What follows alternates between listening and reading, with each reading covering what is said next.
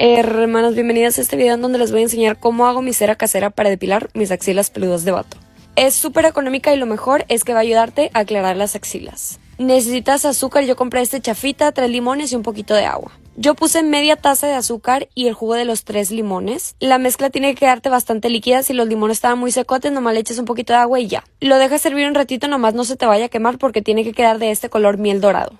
Y esa es la textura que tiene que tener caliente. Antes de depilar voy a usar talco, puede ser de bebé o para las patrullas del que tengas. Y cuando vayas a depilar, obviamente espérate que no esté tan caliente porque si no te vas a quemar. Y para quitarlo usé toallitas húmedas cortadas. Usa unas que no estén tan chafas porque si no se te van a estirar o romper. Y ya acabamos. Si la puedes utilizar para todo el cuerpo y guardarla para futuras depilaciones. Y no te olvides de seguirme para que no te pierdas el próximo video de cómo aclaro mis axilas.